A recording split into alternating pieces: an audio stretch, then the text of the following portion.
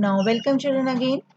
अब आज हमारे हेटेरोट्रॉफिक न्यूट्रिशन के थर्ड पार्ट में हम डिस्कस करेंगे एलिमेंट्री कैनाल के बारे में, उसमें पाए गए डाइजेस्टिव ग्लैंड्स के बारे में और उनके फंक्शंस के बारे में। Will study about alimentary canal, various digestive glands and the functions of alimentary canal. अभी तक हम दो वीडियोस हेटेरोट्रॉफिक न्यूट्रिशन की कर चुके हैं। फर्स्ट में हमने इसके कंसेप्ट्स, इसके टाइप्स और स्टेप्स के बारे में बात की थी।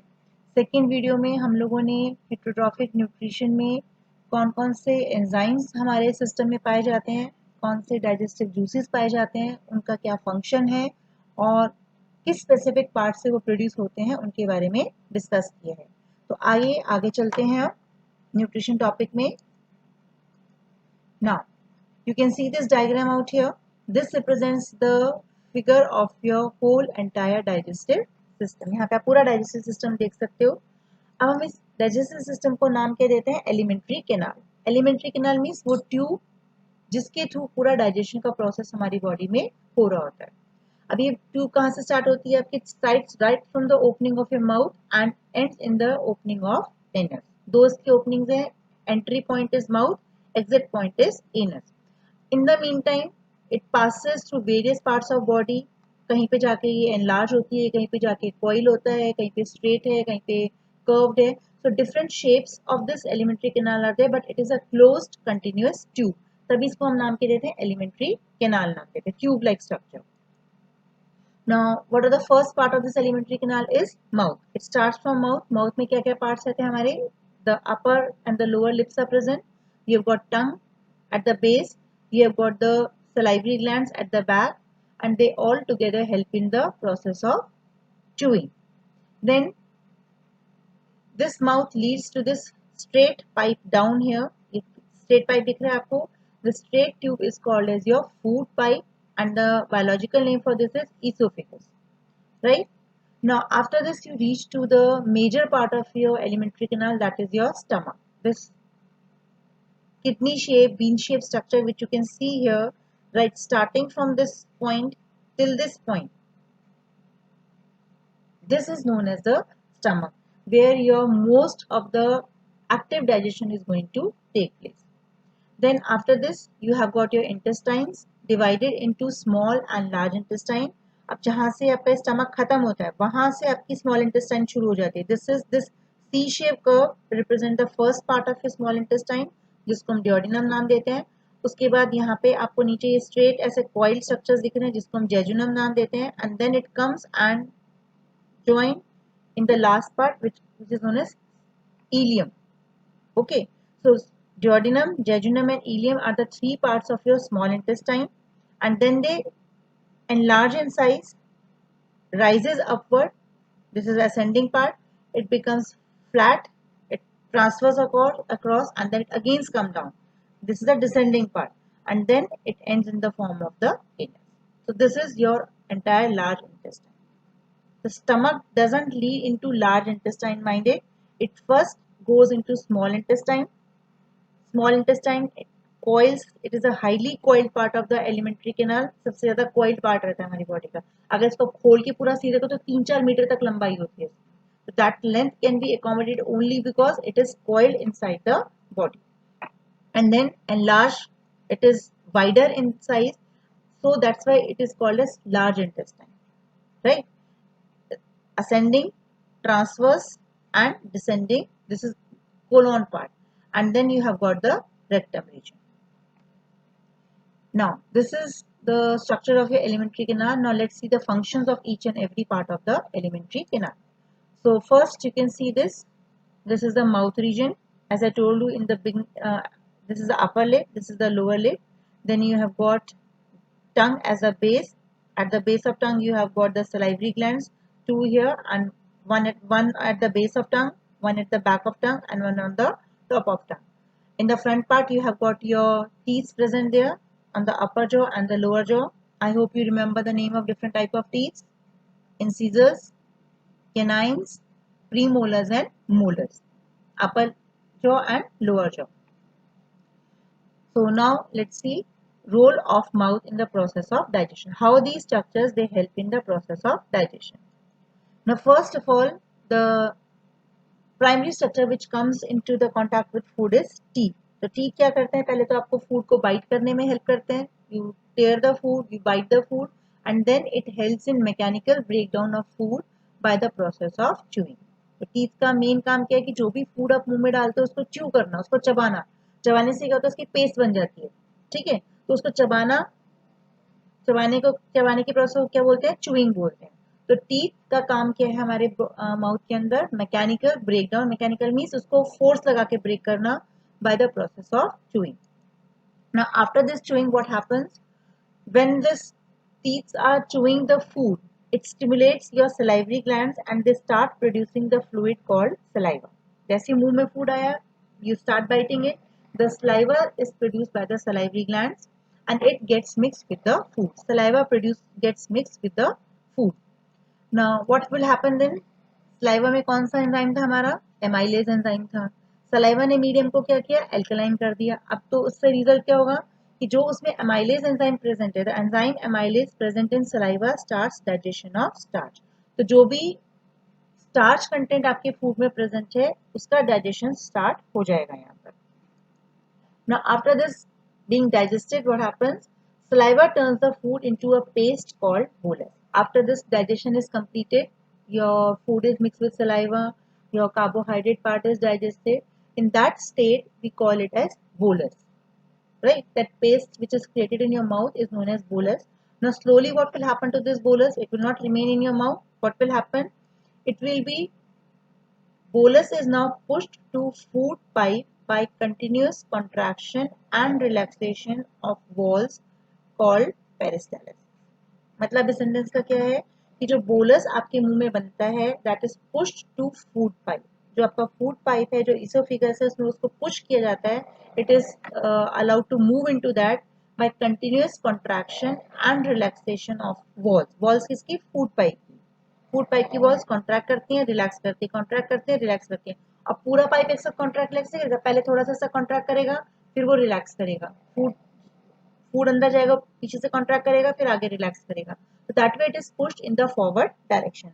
और इस वेव को हम क्या नाम देते हैं, इस प्रोसेस को हम नाम देते हैं पेरिस्टालिसिस। तो पेरिस्टालिसिस अगर आपको एक्सप्लेन करने के लिए आएगा तो क्या बताएंगे, it is a continuous contraction and relaxation of the walls of food pipe by which the bolus is moved in the food pipe. ठीक है। Now next role of food pipe. अब इस food pipe का क्या role है यहाँ पर, bolus moves down the esophagus to the stomach. esophagus मतलब food pipe। तो जैसे जैसे वो bolus हमारे stomach के पास पहुंचता है, it keeps on pushing the food in the forward direction till it reaches the stomach. अब क्या इमेजिन कर सकते हो कि क्या ऐसा होता है कि खाली एक पाइप है, वो एक स्टमक के साथ जुड़ा हुआ है, फूड आपके मुंह से जाएगा सीधे स्टमक के अंदर एंटर कर जाएगा? No, this will not happen. Why?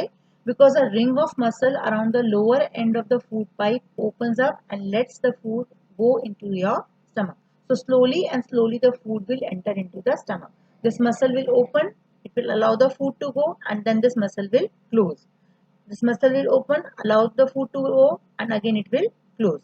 So this closing of muscle, what it will be doing? इस मसल के क्लोज होने से क्या होगा कि जो फूड स्टमक में गया है वो वापस बाहर फूड पाइप में लौटकर नहीं आएगा। Once the food enters the stomach, it cannot come back into your food pipe. ठीक है। Normally the muscles then close and keep stomach content from going back into your esophagus.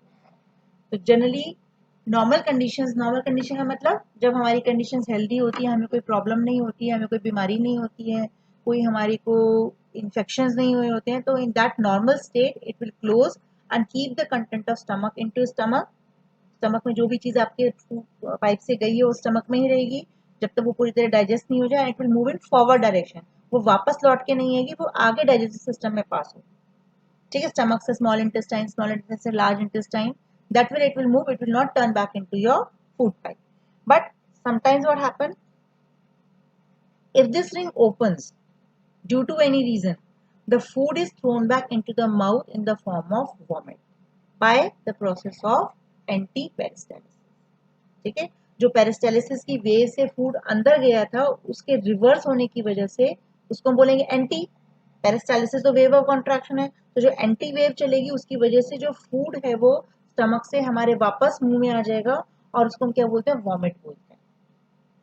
कभी जब पेट खराब होता है, कोई इन्फेक्शन होता है, कोई आप ऐसी चीज खा लेते हो जो आपको सूटेबल नहीं है या आपके खाने के लायक नहीं है, आपके स्टमक को इरिटेट कर रही है, स्टमक उसको डाइजेस्ट नहीं कर पा रहा है, तो उन सब कंडीशन, स्टमक में कोई इन्फेक्शन है तो that effects this ring and it opens up and throws back the food into the mouth. Now let's see the shape of the stomach.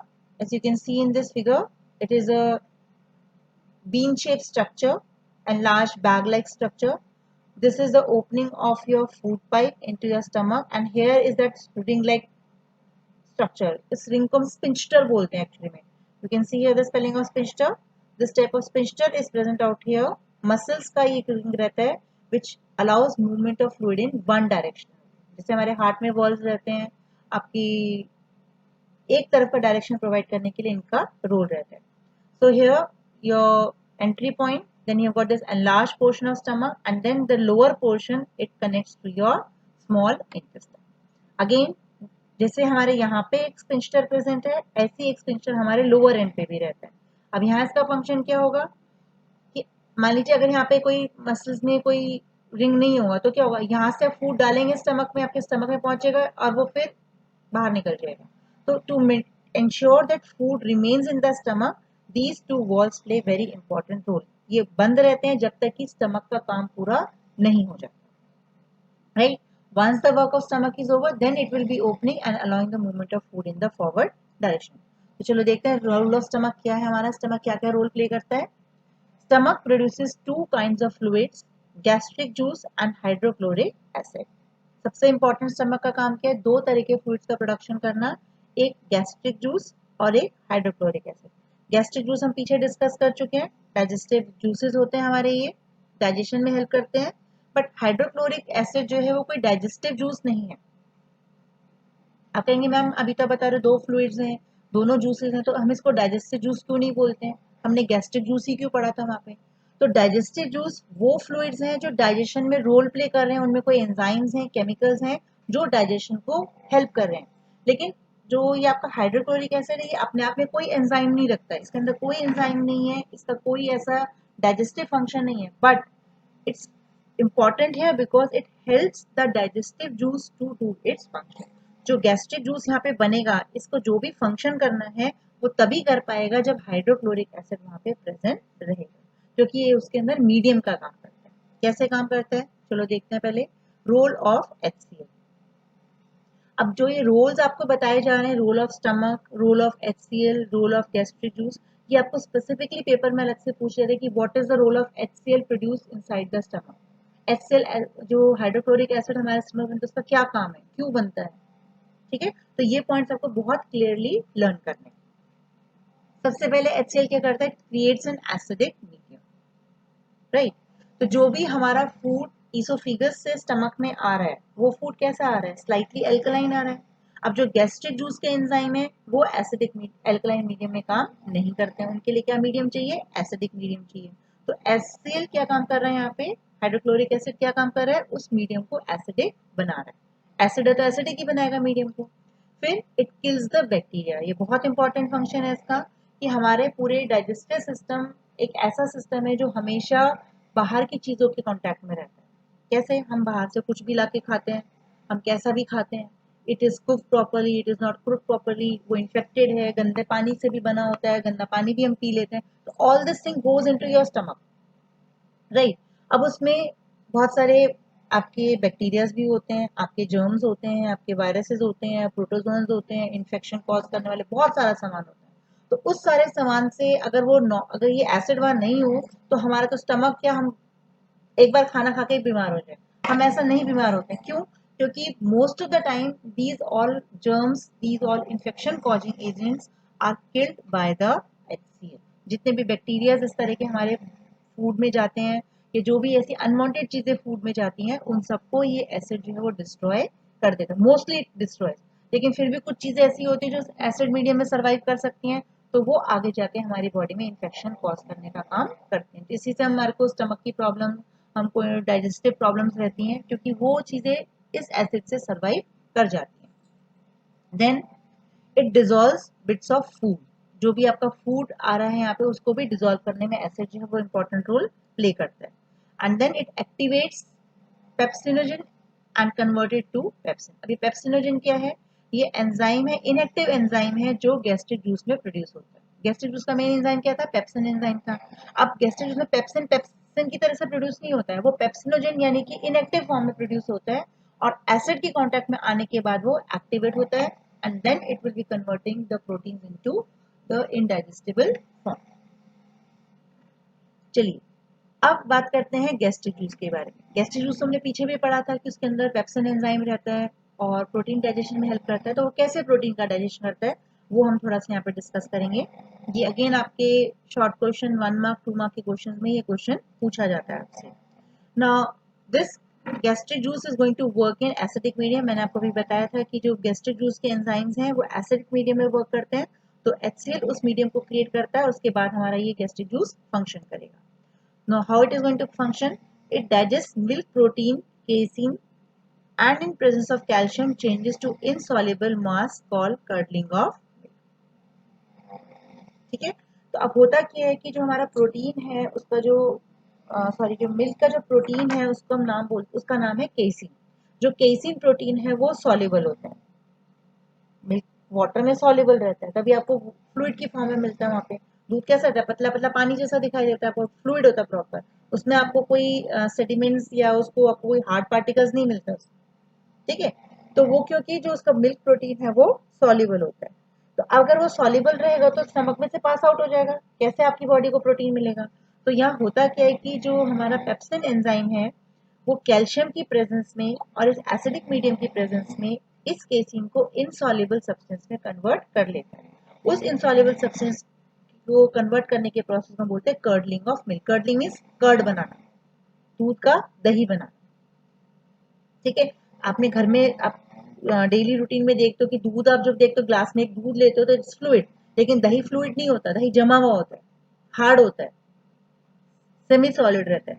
तो that is how it is change into your stomach. वो natural process है जो stomach में हमारे होता है, लेकिन हम आर्टिफिशियल इसको बाहर बैक्टीरिया की मदद से भी करा सकते हैं. तो this type of curdling of milk takes place in the stomach by help of the gastric enzyme. चलिए.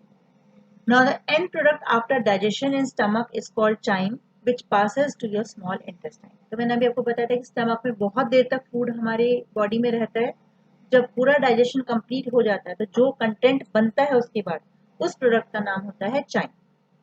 जो माउथ में प्रोडक्ट बना था उसका नाम क्या था? बोलस. स्टमक में जो प्रोडक्ट बन रहा है उसका नाम क्या है? चाइम.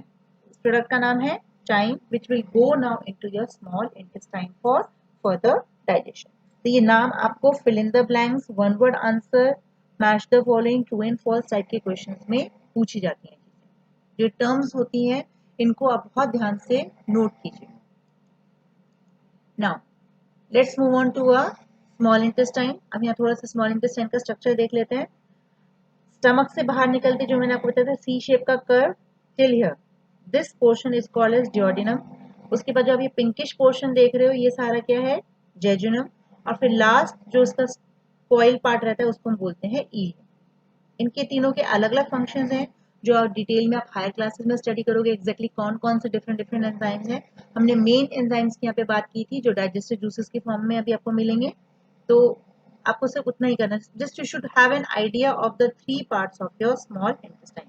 अपर part duodenum, middle part jejunum और lower part ileum. And this ileum joins with the large intestine. देखो ये जो आपको शेडोड दिखाई दे रहा है that is your large intestine. ये पूरा पोर्शन बहुत कोइल्ड रहता है. ठीक है. आपस में बहुत उलझा हुआ रहता है. बाहर से देखने में उलझा हुआ रहता है, अंदर से पैसेज पूरा स्ट्रेट है. ये it will B coiled coiled coiled. और ये कोइलिंग से क्या होता है कि बहुत देर तक फूड जो इन सब वॉल्स के कांटेक्ट में रहता है. तो slowly and slowly the things are absorb. Ileum में मेनली सारा हमारा एब्जॉर्प्शन का फंक्शन होता है. तो इसीलिए बहुत लंबे समय तक फूड यहाँ पर प्रेजेंट रहता है. जल्दी से निकल जाएगा तो एब्जॉर्ब ही नहीं हो पाएगा उसके अंदर. तो slowly this process is going to take place. Now let's see the role of small intestine. In small intestine, the food receives 3 different juices. First juice is bile juice. जैसे ही फूड स्टमक से बाहर निकलता है वहां उसको क्या मिलता है? Bile juice. जिसका काम क्या था, it will produce in the liver and stored in gall bladder, and the main role of bile juice here is to neutralize the acidic chyme and make the medium alkaline. जो भी acidic food stomach से बाहर निकल के आ रहा है उसको neutralise करना और उसका मीडियम अल्कलाइन करना, जिससे कि आगे के जितने भी एंजाइम्स उसके ऊपर फंक्शन परफॉर्म कर सके। अगर ये अल्कलाइन नहीं होगा तो आगे जो डाइजेशन है वो प्रॉपर तरीके से नहीं हो पाएगा, क्योंकि जो एंजाइम्स हैं आपके पैंक्रियाटिक जूस के, इंटेस्टाइन जूस के, वो अल्कलाइन मीडियम में ही फंक्शन करते हैं, उनके एंजाइम्स उसी मीडियम में एक्टिवेट होते हैं। बट जूसेस तो वो मिलेंगे वहां पे, कुछ काम भी करेंगे, लेकिन जो एंजाइम्स उनको ब्रेक डाउन करने वाले थे वो काम नहीं कर पाएंगे, वो एक्टिवेट नहीं हो पाएंगे, तो उस वजह से फिर डाइजेशन का प्रोसेस कंप्लीट नहीं हो पाएगा। Now, beside making it alkaline, it also helps to break down fat by emulsifying. तो फैट की इमल्सिफिकेशन करना, मीडियम को अल्कलाइन करना और मीडियम को कलर प्रोवाइड करने का काम बाइल जूस करता है। Next is pancreatic juice. Pancreatic juice again it helps in neutralising the acidic, meaning जो थोड़ा बहुत मीडियम अभी भी एसिडिक रह जाता है उसको भी कन्वर्ट करने में हेल्प करता है। Plus it helps in digestion of proteins, sugars and fat. तो main role of pancreatic juice is digestion of protein, sugars and fat. Then comes your intestinal juices. It completes the digestion process of protein and sugars, finally changing them to amino acids, glucose respectively. जो proteins हैं उनको amino acids में change करना और जितने भी sugars हैं उनको ग्लूकोज में चेंज करने का काम यहाँ पे होता है। तो फूड में जो जो ये चीजें प्रेजेंट हैं वो अकॉर्डिंगली यहाँ पे कन्वर्ट होती जाए। Now at the end of this intestinal juice, by the time the intestinal juice has completed its function, the resultant mixture is now called as chyle. At the end, completely digested food is called as chyle, which is absorbed from the small intestine from ileum portion. तो आपको जो बताया था ilium का जो part बताया था मैंने, जो लार्ज इंटेस्टाइन को ज्वाइन करता है, तो लार्ज इंटेस्टाइन में ज्वाइन होने से पहले, वहां तक पहुंचने से पहले जो फूड इलियम में प्रेजेंट रहता है वहीं से फूड जो है हमारे ब्लड में एब्जॉर्ब हो जाता है, right. Now before absorption the fluid which is present is known as chyle. तो तीन नाम आपको यहाँ पे बताया digestive system, I am repeating again. First mouth में आपका बोलस, स्टमक में आपका चाइम और स्मॉल इंटेस्टाइन में आपका चाइल, राइट।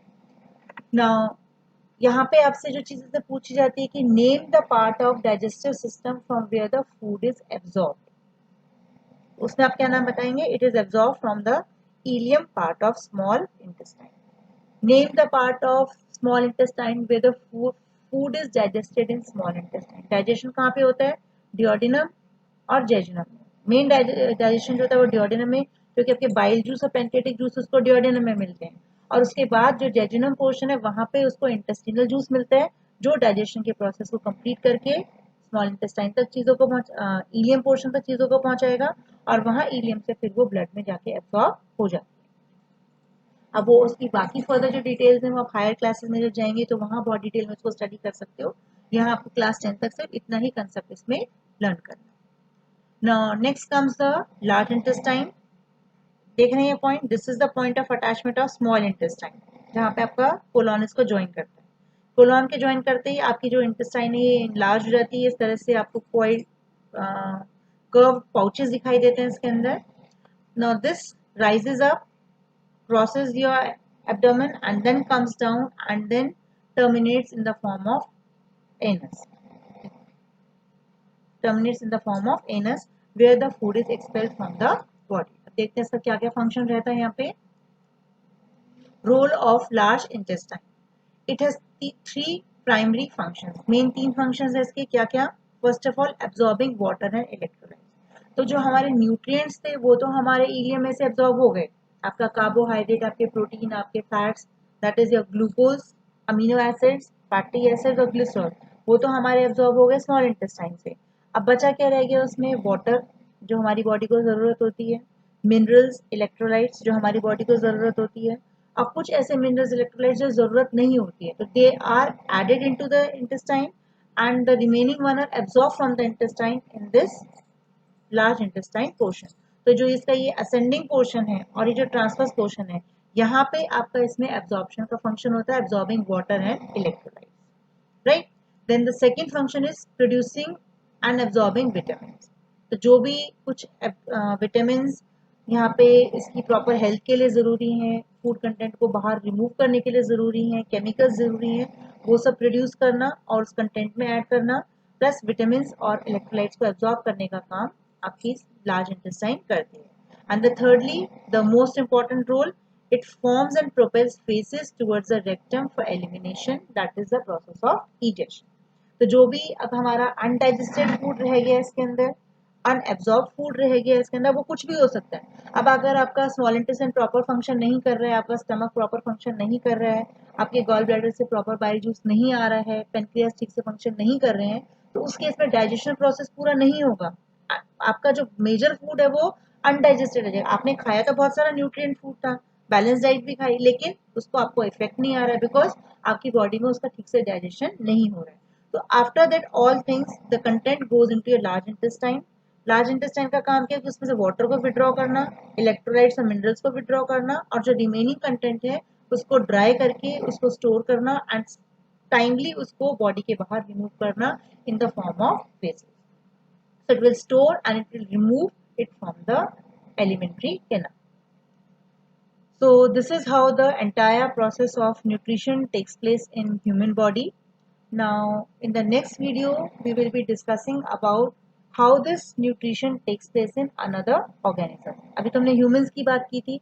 अब जो दूसरे organisms है क्या उनमें भी हमारी तरह ही digestion होता है या उनमें क्या changes पाए जाते हैं, वो हम यहाँ पे डिस्कस करेंगे एक unicellular example लेके. And we will be discussing some important terms related to heterotrophic nutrition. So keep yourself updated with the video and like the channel and subscribe so that you can get the updates whenever the new videos are uploaded.